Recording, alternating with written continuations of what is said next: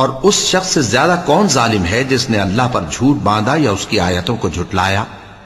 کچھ شک نہیں کہ ظالم لوگ کامیاب نہیں ہوں گے۔ اور جس دن ہم سب لوگوں کو جمع کریں گے پھر مشرکوں سے پوچھیں گے کہ آج وہ تمہارے شریک کہاں ہیں جن کا تمہیں دعویٰ تھا،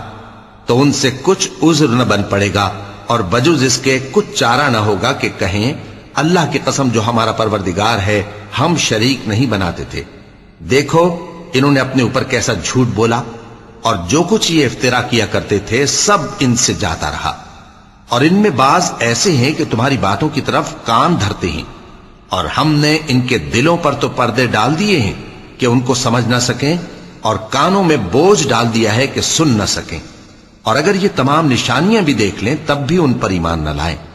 یہاں تک کہ جب تمہارے پاس تم سے بحث کرنے کو آتے ہیں تو جو کافر ہیں کہتے ہیں یہ قرآن اور کچھ بھی نہیں، صرف پہلے لوگوں کی کہانیاں ہیں۔